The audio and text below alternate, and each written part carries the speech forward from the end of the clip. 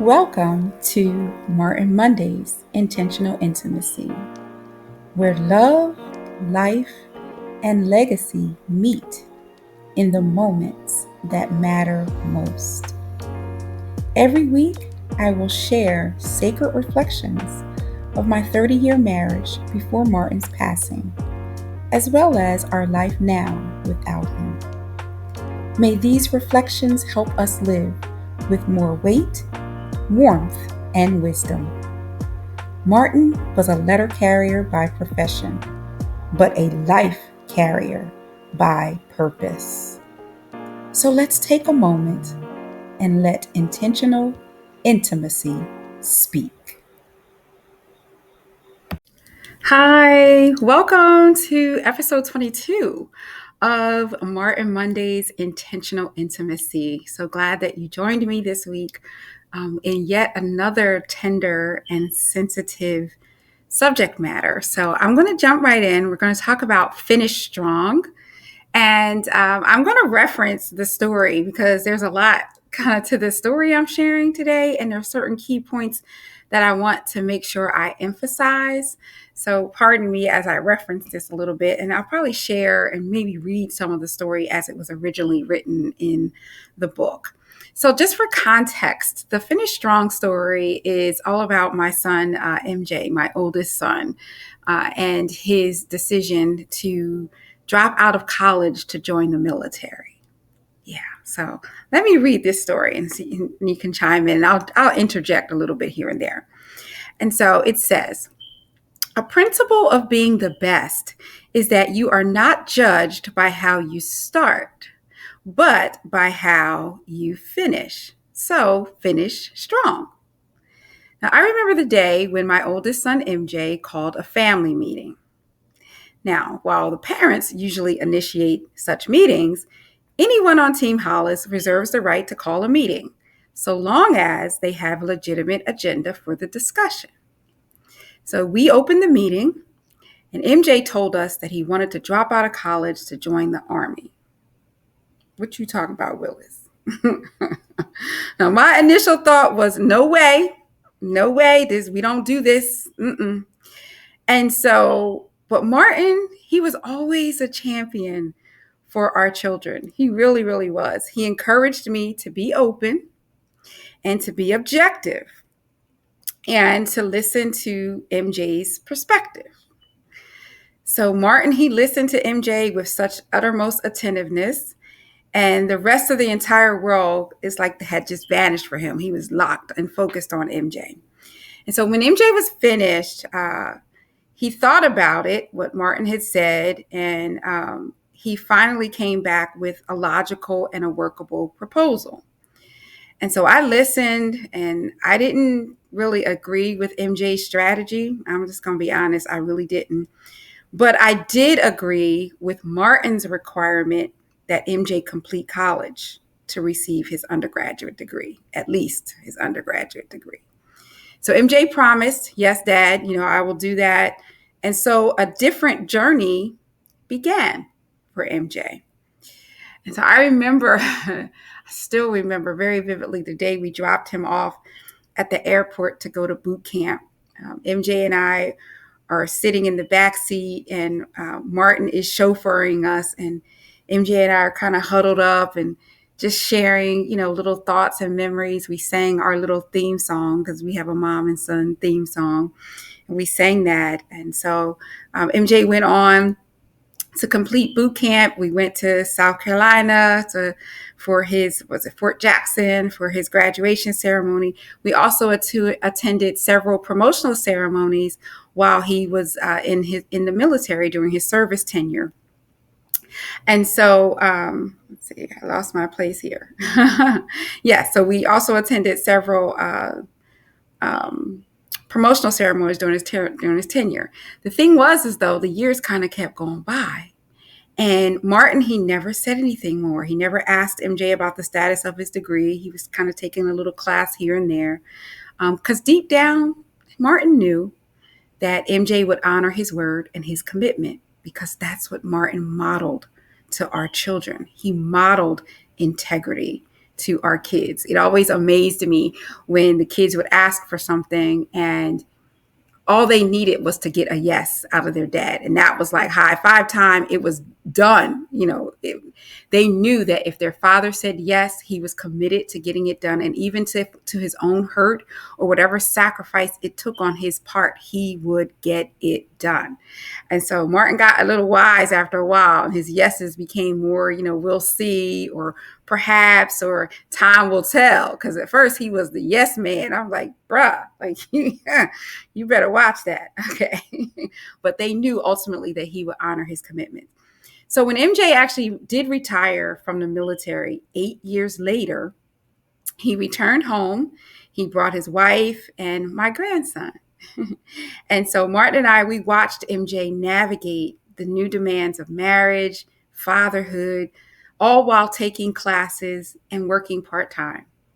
He truly persevered through COVID and all the difficulty, and even ultimately the passing of his father, to graduate with honors. MJ was hesitant about participating in his graduation ceremony because he really wasn't a traditional student.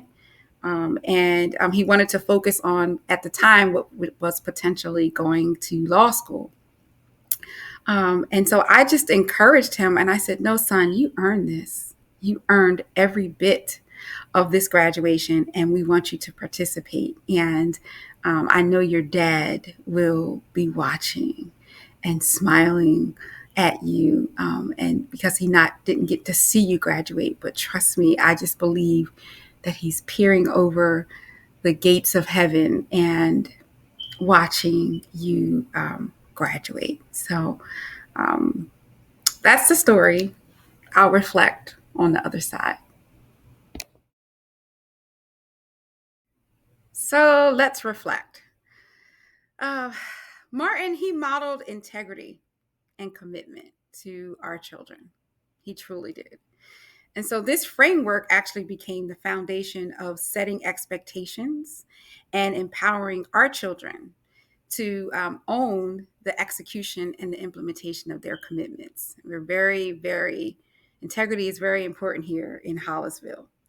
And so MJ knew that attaining his degree was not optional and that he had to complete it. It was a requirement.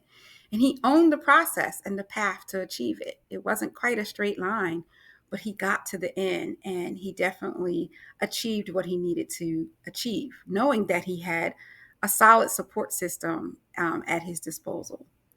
And so we need to remember that we, as parents, as mentors, as persons of influence in the lives of others, we bear a responsibility to set expectations. We do. But we bear equally a responsibility to empower others to achieve their outcomes. So it's not enough for us to simply demand something of someone. It's also for us to empower them to be able to achieve it. And so the path isn't always linear or traditional. It can be non-traditionally, it can be curved, it can be inclined, it could be sloped, it could be rugged, it could be all different kinds of ways. Ultimately, the key is to be on the path. That's the key, to be in the journey, on the path, and ultimately progressing toward a goal. And so the purpose of encouraging someone, do that today. That's an opportunity for you to encourage someone today, perhaps even yourself. And stay the course and assure yourself or others that you have the complete confidence in their ability to finish strong.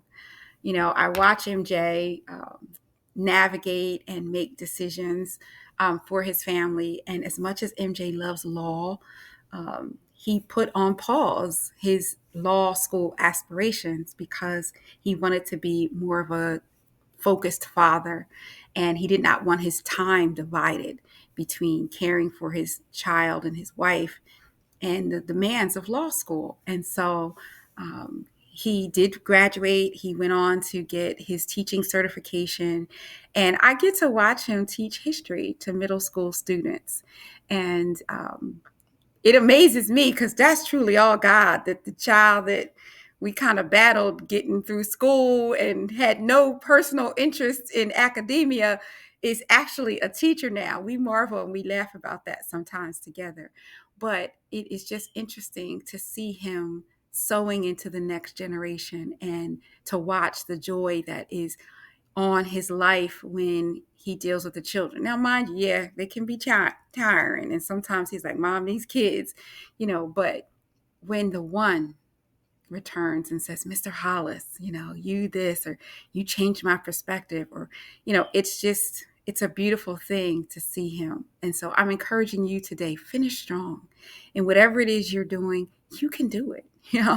I have confidence in you, but I need you to have confidence in yourself, knowing that you can do it. And then encourage someone else that they can do it too, and you're not judged by how you start, but by how you finish.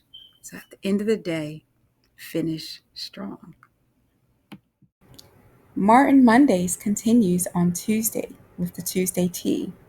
Check it out and join me and take a sip.